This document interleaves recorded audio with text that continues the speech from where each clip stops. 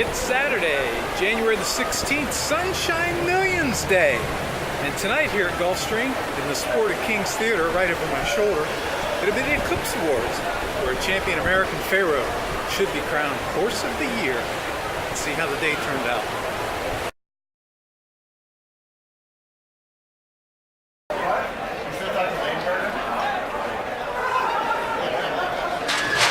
They're off to the Sunshine Millions Classic. The fourth at Gulfstream, a maiden special weight going 7 furlongs for 3-year-olds. Yes, there's a Todd Pletcher horse, first-time starter Kinsley Kisses with John Velasquez on board. He was listed in the program at a healthy 5-1. Thought I might get a nice price on him, but instead the crowd wasn't fooled and they were hammering him down to even money. So I upped my bet. Broke sharply, stalked the pace into the far turn. Kinsley Kisses has taken the lead from Danessa again, and these two will turn for home 1-2 with Paula Queen in third. They're into the stretch. Kinsley Kisses and John Velasquez come by the 8th pole, pulling away to lead by 3. Paula Queen is second, and then Danessa again followed by Kinsley Kisses coming home a winner here. Kinsley Kisses scores by 3 over Paula Queen. First winner. And then it was Majestic Triple the Viola. bet. First win of the day here at Gulfstream.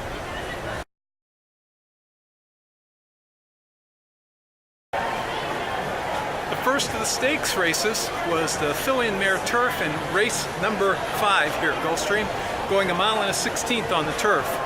I liked Lori Store. I figured she'd be one of the favorites, and she figured the rest of the field was a combined 2 for 21 over the local course, and Lori Store had 3 wins from 9 starts. In addition to that, she had 5 90 buyers, 2 of them in Stakes Company. Any of those would win today. She was sitting about 4 wide into the far turn, stalking the pace, made her move, stretch duel. 14-4. And now Comet 62 put to pressure in second. Lori Store is just outside of them. EB Rider swings up on the far outside, and Pink Poppy closes through at the rail. Into the final furlong. Unbridled Courage. Pink Poppy gains on the inside. Lori Store strikes the front. EB Rider coming. Lori Store holding on. Up to bet on that one as well. 15 to win on Lori Store. Win number 2.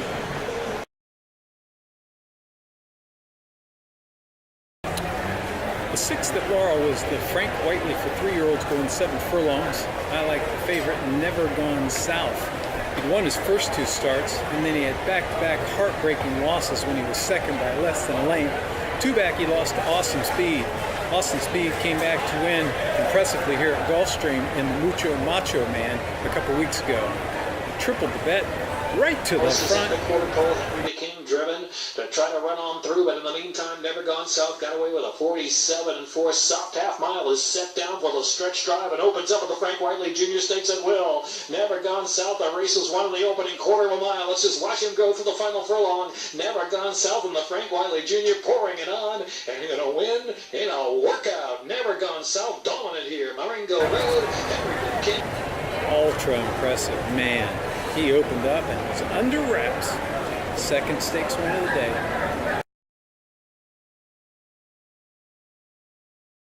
The 8th at Gulfstream was an optional allowance claimer on the turf going 8.5 furlongs, and I had the winner because I had a winner last winter.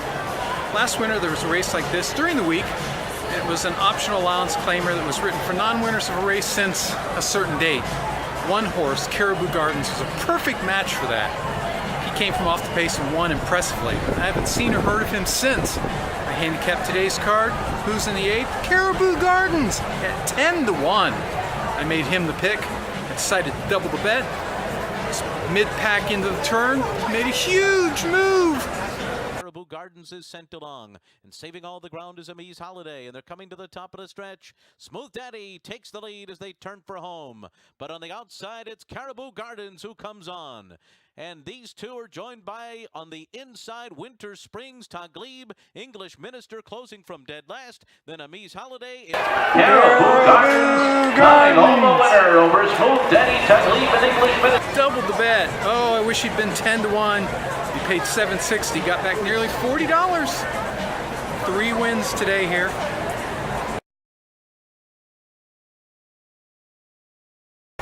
The 8th at Gulfstream was the Sunshine Millions Turf.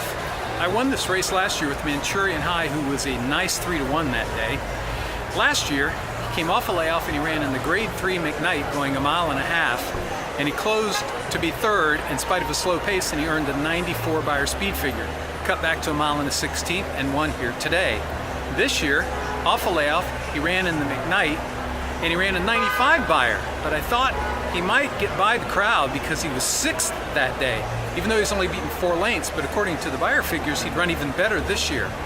I did not like the favorite Fundamental, who everybody else liked, and they pounded him down to even money. Manchurian High rode the rails into the stretch. Top 3/4 win in 1:14 flat. And Cement Clement turns for home, joined by Reporting Star on the outside. And Reporting Star now goes on by. Amigo Fundamental is closing on the far outside, and then Manchurian High, who's putting in a bid too. It's Reporting Star. Here's Pushing up alongside, and Manchurian High and Reporting Star battle it out. Manchurian High wins it. Reporting Star. Oh yeah, tripled the bet. He was 7-1, 7-1. With my bet, do you know what that means? It means I'm gonna get back over $123. Ooh, nice. The 11th at Gulfstream was the featured Sunshine Millions Classic. Max Sakoma was my pick. He was 9-2 in the program. I thought he'd be bet down. His last 3 races had earned him 93, 99, and 97 Beyer figures. No one in the rest of the field had ever hit 90. But when the betting opened, he was quickly the favorite. As they went into the first turn, he had to steady, but he recovered. He was chasing Mr. Jordan out of the far turn. a length and a half behind. They've run 3/4 in 1:11 flat. They're coming to the top of the stretch. Mr. Jordan and Mexicoma will decide the Sunshine Millions Classic. They turn for home 1-2. Mr. Jordan still there. Mexicoma's running at him though. Mr. Jordan and Mexicoma. Mexicoma takes the lead. Mexicoma to the front. Mr. Jordan battles it to the finish, Mexicoma in the but Classic, Mexicoma my wins it. 6th win. Mr. Jordan wins it. Mexicoma wins the Classic. 6 Classic Stakes races, 4 wins and 2 seconds, one of them a photo. Man, it's a great day, and that makes 6 wins on the day so far with 1 to go.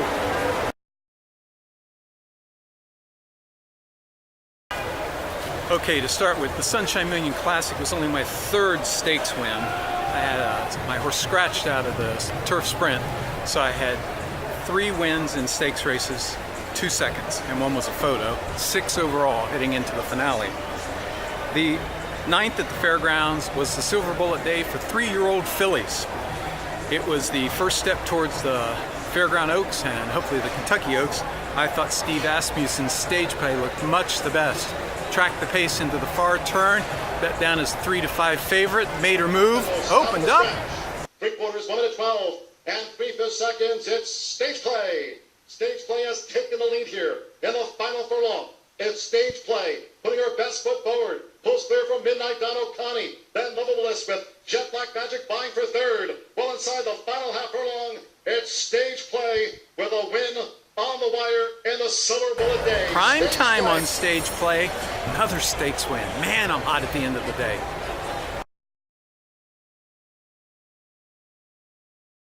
The 12th at Gulfstream was a maiden special weight going 7 furlongs for 3-year-olds. Everybody was talking about Sharp Azteca. Sharp Azteca had run 2nd to Zulu on opening day, and Zulu has his eyes on the Florida Derby and was just monstrous yesterday as my bet of the day. I wrote my analysis. I might have to change my bet, but I stuck with Todd Pletcher's Bolt Hall. Sharp Azteca was pressing the pace into the turn. 3 wide, here came Bolt Hall. Johnny V asked him to run. Outside. Eclipsado is next, and a big gap back to the rest. 5 lengths to Miles of Humor, Singleton, and Dunk It In. And far behind is Uncle Guy, 45 and 1 the half mile. And Bolt Hall has taken the lead as they come toward the top of the stretch. Sharp Azteca back into 2nd on the inside. Chupunga 3rd, then Street Gray. Kelly Tough on the. They come to the 8th pole. Bolt Hall in front. Kelly Tough is closing on the outside. Bolt Hall by 2. Kelly Tough second. Then comes Star Hill, but it's Bolt Hall. My 7th win today. Oh my. A 4-win day. Oh yeah, doubled the bet. see the odds? 9-1 on a Pletcher horse. Over $100 back. That's my 7th win today here. Wow, what a good day at Gulfstream.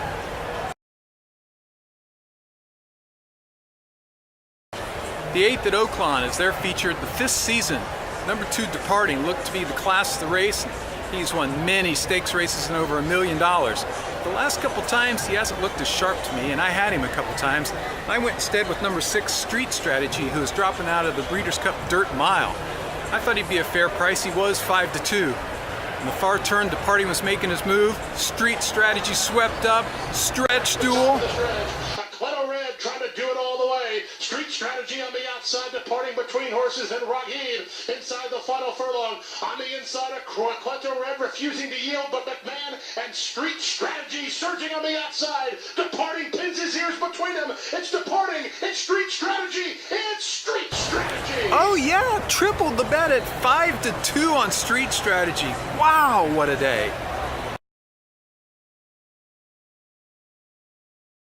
The 10th at the Fairgrounds is a grade 3 Colonel Bradley. I think number 2 Chocolate Ride looks much the best. He's my bet of the day in New Orleans. Seconds is Chocolate Ride. Chocolate Ride coming down to the final furlong. Now flashlight switched out. On the outside is Blarp. Roman approval between horses staying on. Then Skyfight has dropped back past the 16th. Chocolate Ride, holding them all at bay. Chocolate Ride has won the Colonel E.R. Bradley Handicap. 30 to win on Chocolate Ride.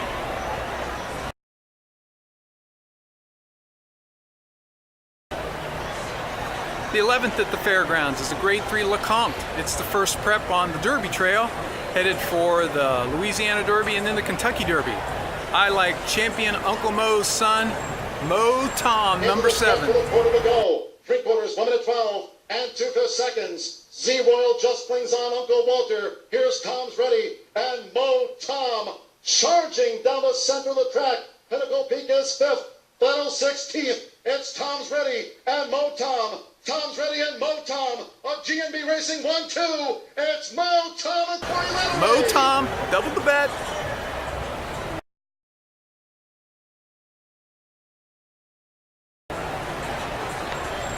Feature at Santa Anita, race 7, the grade 2 La Canada.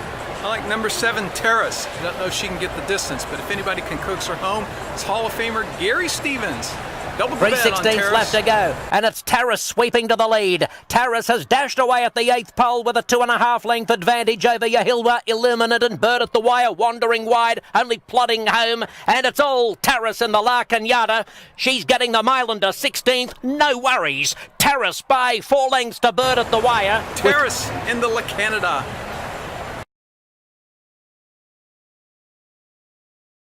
Oh, such a slow start to the day. So many seconds. Then once I got on a roll, man, 7 wins at Gulfstream, including a $16 winner in the Sunshine Millions Turf and 9-1 on a Pletcher to close the day out. What a great day.